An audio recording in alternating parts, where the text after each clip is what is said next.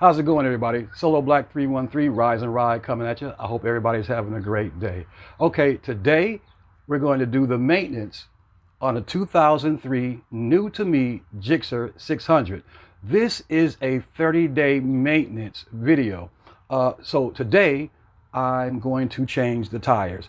I just purchased a set of Michelin Road 6s and we're going to install them on the bike today. So hang around.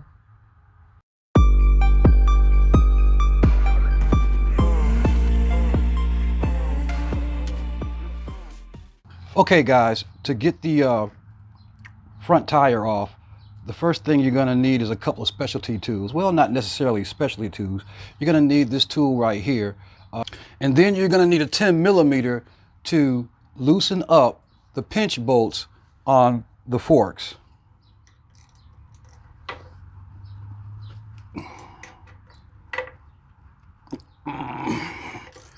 Now you don't have to take them all the way out, just make sure they're loose. To remove the nuts on the caliper, you'll need a 12 millimeter.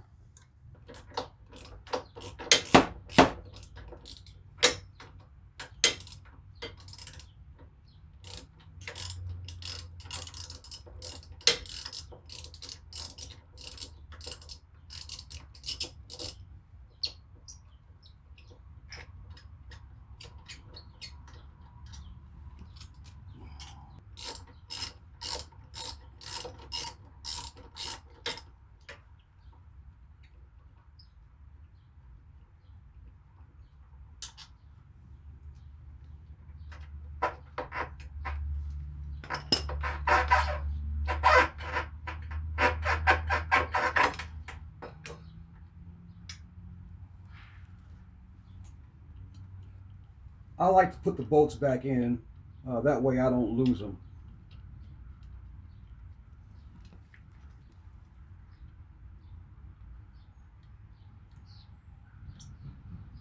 Now go to the left side and repeat the same procedure as far as removing the calipers.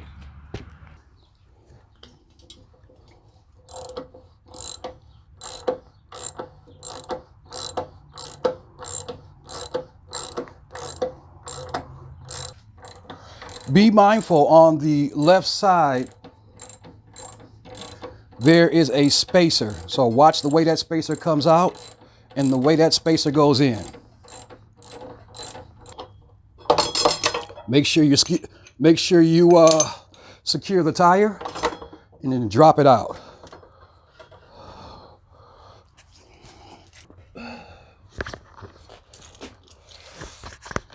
And there you go. All right, so now we'll go to the next step, and that's actually getting the tire off the rim. An old school tire change without a tire changer, you're going to need a few things. You're going to need some kind of lubricant for the tire and rim. I use Windex. You're going to need a couple of tire spoons. These are Motion Pro tire spoon and bead breakers, but I break my beads a little bit different, and I'll show you that. You're going to need a stem remover for your tire stems, a couple of beauty shields to protect the rim so you don't scuff them, and a couple of C-clamps. Now, I use the C-clamps to break the bead on the tire as opposed to using the bead breaker. You can break the beads with these particular type of Motion Pro bead breakers, tire spoons, but I like using C-clamps, and as we get along into it, I'll show you how to do that too. All right, guys, I can't say this enough. It is extremely important that you get the rotation marks the correct way, oriented with the rim and the tire. Because I have installed these decals, I covered the directional portion of that up, but I can see it on the tire, so I made these little direction arrows on both sides to let me know the direction that the tire will spin, and that way I can install the tire correctly. Okay guys, the next part is to remove the valve stem.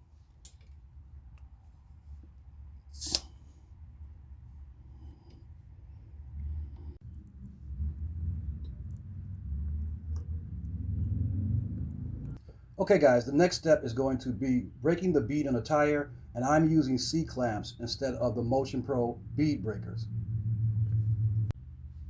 when you get your C-clamps, make sure you get a big enough clamp to go all the way around that tire.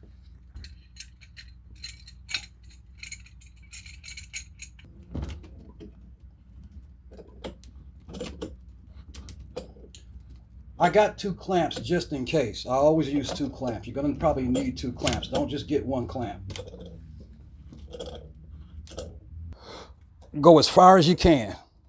And make sure the underside of the C-clamp is not hitting your rim. You want it to be squarely on the end of the tire.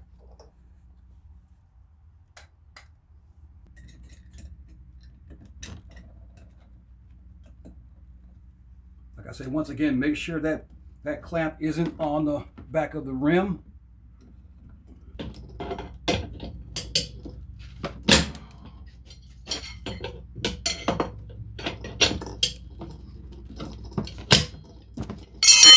And there you go. That bead is broken. Just turn over and do the same thing on the reverse side. Okay, now that you got this side free, you'll stick your spoons down in there. Grab the bottom part of the tire and spoon that one up.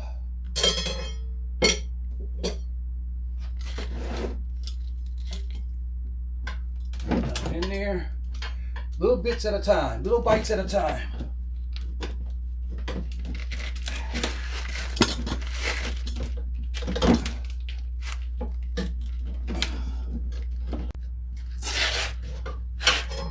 This side, and there you go. She's off. Wow. Look how bad those tires were worn down. Oh well, now on to the new ones.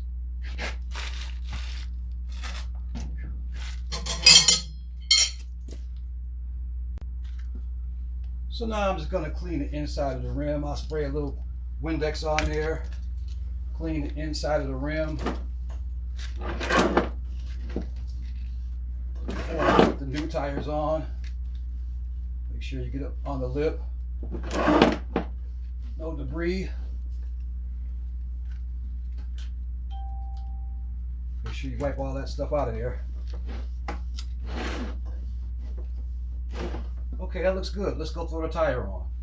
All right, guys, I've had this tire sitting in the sun for about 2 hours and I can still feel the warmth on it. And that just makes it easier to put it on a tire. Now, I use the tie wrap method. So you get your tie wraps.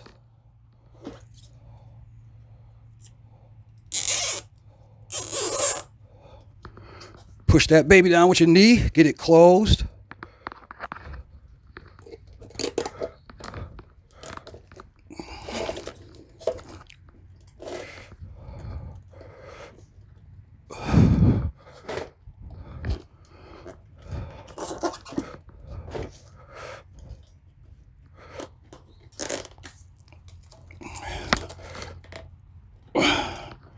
And just work your way around the tire.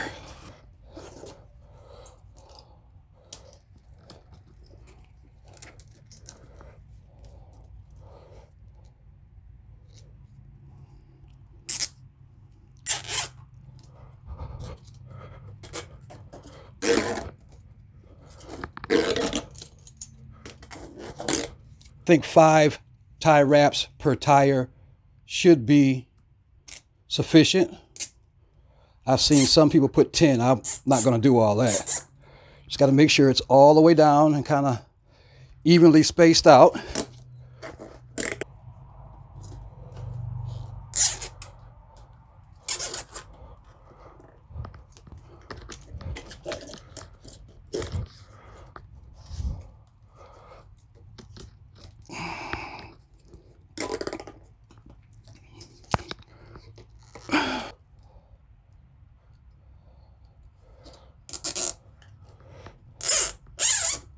Okay, and that's it.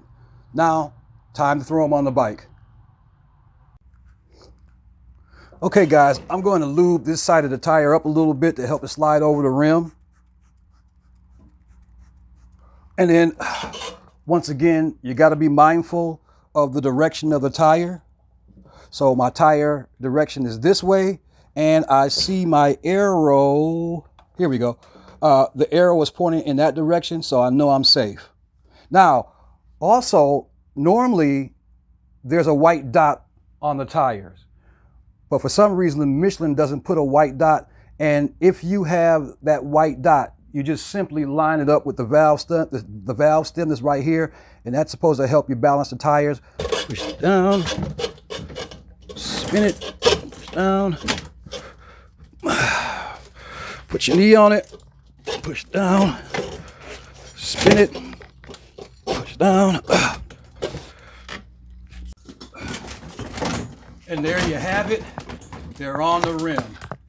The next step will be cutting the tie wraps loose. So now you just cut the tie wraps loose.